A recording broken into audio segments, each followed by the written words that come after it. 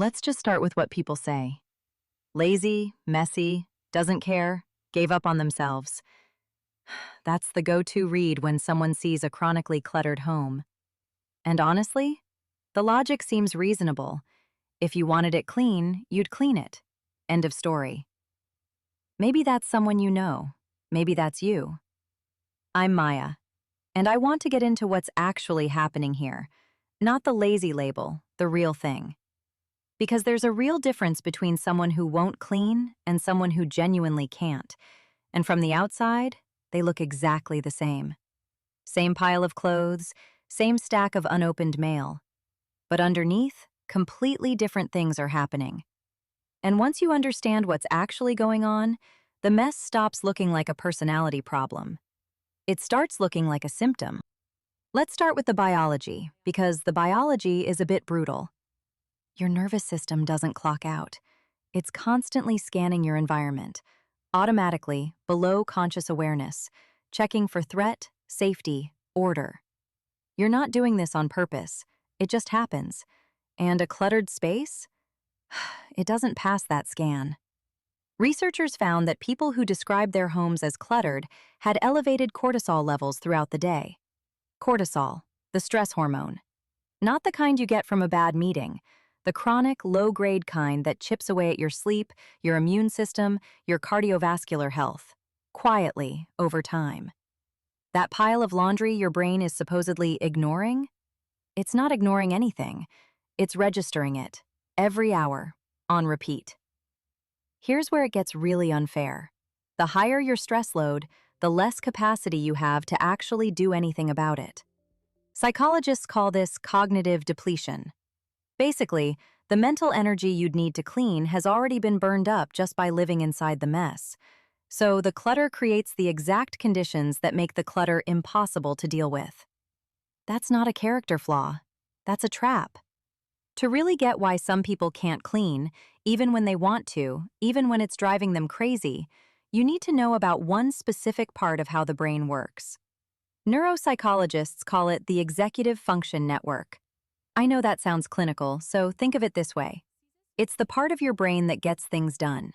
It fires up a task, keeps you on track, and holds the goal in mind while your body actually does the work. When that system is working well, cleaning is just cleaning. When it's not, whether that's from ADHD, depression, burnout, anxiety, or even just prolonged stress, the whole thing breaks down. Not in a "this is annoying" way, in a "I genuinely cannot do this" way. Here's what it actually looks like. You decide you're going to clean the kitchen. You walk in. There's a jacket draped over a chair that belongs in the bedroom. You pick it up, head that way. In the bedroom, you spot a glass that obviously needs to go back to the kitchen. You turn around. In the hallway, there's a bag you've been meaning to return to a friend. You make a mental note. By the time you make it back to the kitchen, you've completely forgotten why you went there in the first place. You sit down. 15 minutes, nothing moved. This isn't getting distracted in the normal sense. This is working memory failing in real time. The mental thread snapped before the task was done. And when your space is cluttered, every single surface is competing for your attention at the same volume, the same urgency. The brain can't sort it, so it stops trying. For people with ADHD, this isn't just an off day, it's the default. Dopamine dysregulation makes starting a task neurologically expensive. Time blindness makes the whole thing feel both urgent and completely abstract at the same time. The result looks like not caring. It isn't. Depression has a kind of spatial presence. It's not just a mood. It changes your entire relationship with effort. Things that used to be automatic, making the bed, rinsing a plate, tossing a receipt, suddenly carry this weight that's almost physical. Your body feels slower. The kitchen counter might as well be across a field. So things pile up. Not because you stopped caring, usually because caring, feeling anything strongly enough to act, just isn't available right now. And here's what makes it genuinely cruel. As the environment gets worse, it starts talking back to you. The mess becomes evidence. Every unopened letter is something you dropped the ball on. Every unwashed mug is proof you can't keep up.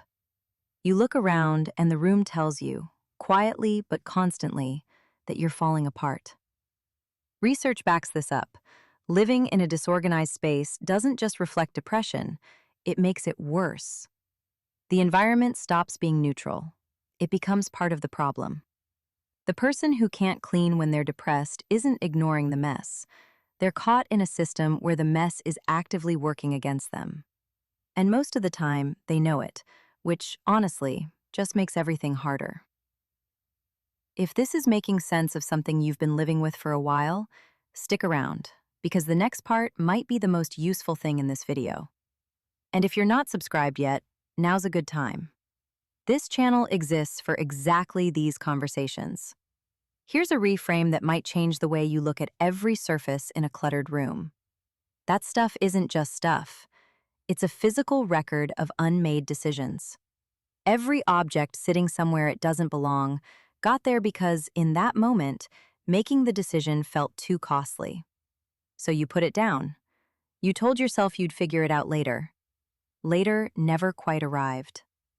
For people who struggle with decisional procrastination, which is its own distinct thing, separate from just being a procrastinator, even small choices carry real cognitive weight.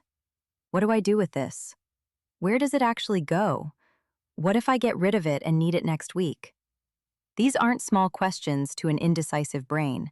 They feel like genuine risk. And studies have found something interesting. People who lean toward decisional avoidance experience significantly more distress from clutter than decisive people living in the exact same level of mess.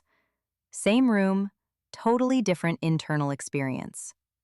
Because every unresolved object is an open loop, and open loops are exhausting to carry around. This is also why telling someone to just clean it up tends to backfire completely. Psychologists call it psychological reactance. When someone feels pressured or controlled, the brain pushes back, automatically, often without the person even realizing it. The demand to clean stops feeling like help and starts feeling like an intrusion.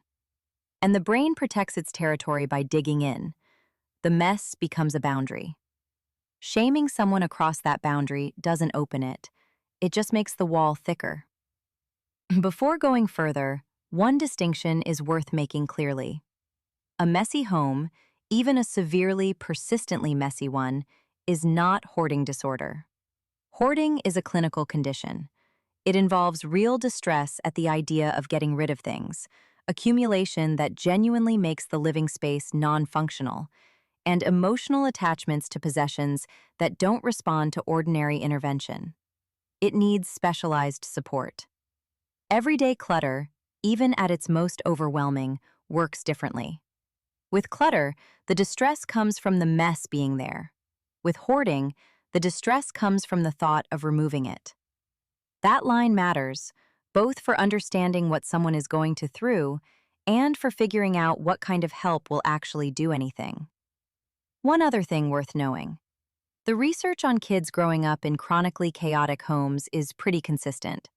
Children in high disorder environments show real differences in impulse control, working memory, and emotional regulation.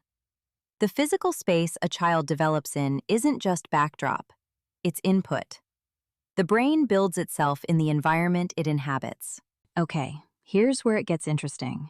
Because the story isn't entirely grim. Disorder isn't automatically harmful. In fact, research suggests it can do something useful under the right conditions. In a series of experiments on creativity and environment, people working in messy rooms consistently came up with more original, unconventional ideas than people in tidy ones. The theory is that a disordered space kind of signals to the brain. The normal rules don't apply here, and something in that signal loosens the thinking up. Anyone who's ever worked in a chaotic, creative space probably recognized something in that. The cluttered studio. The writer's desk that makes visitors uncomfortable. The person who can instantly find anything in a pile that looks like total chaos to everyone else. Mess exists on a spectrum. At one end, it undermines your health, your focus, your relationships. At the other, It creates a kind of cognitive freedom that tidiness doesn't always allow. The question isn't, is my space clean? It's, is this space actually working for the life I'm trying to live? So where does that leave you? If you're watching this from a room that's gotten away from you, maybe months ago, maybe longer, here's the honest version of what the research says. The mess is not a verdict on who you are. It's a battle scar. From a nervous system that hit its limit, from a working memory that ran out of thread to hold, from an emotional reserve that was empty before the cleaning even needed to happen. And while that pile was building, it was doing something. When you were running on empty and had nothing left, it held things in place. It protected you when you were too depleted to maintain anything else. You don't owe it shame. You just get to let it go when you're ready. And that deserves a real response. Not shame, not a lecture, just a response. What actually works, according to the research, is surprisingly small scale. Putting one space in order, one counter, one drawer, one corner, produces measurable drops in anxiety and stress markers. Not because cleanliness is some kind of moral achievement, but because making order in a space you can control sends your nervous system a message it needs to hear. You still have agency here. For a brain that's been running low-grade threat responses for weeks, that message matters more than you'd think. And it doesn't take much. It doesn't require overhauling the house. It doesn't require the perfect bins or a free weekend or finally feeling motivated. It just takes one decision, made with your hands, finished. Here's the thing about motivation that most people have backwards. You don't wait for it and then act. You act and it follows. The research on behavioral activation is pretty clear on that. Momentum doesn't start the movement. Movement starts the momentum. So if you're in that room right now, surrounded by all the evidence of everything you couldn't get to, you don't need to wait until you're ready. Pick one thing, put it where it belongs. Done. Not to be a better, more organized version of yourself. Not for anyone else's comfort. Just to remind your own nervous system that you're still in the driver's seat. That's a real place to start. If something in this video felt familiar, if you recognized yourself somewhere in it, that recognition matters. It's the first real step. This channel exists for exactly this. The quiet psychological patterns that shape our lives from the inside out. If that's the kind of content you want more of, subscribe and drop a comment. I want to ask you something. Do you know when this started for you? A month, a year, something that happened? Or has it just always kind of been there? Because I have a feeling your answer is going to mean something to the next person who reads it. I read every single one. I'm Maya, and I'll see you in the next one.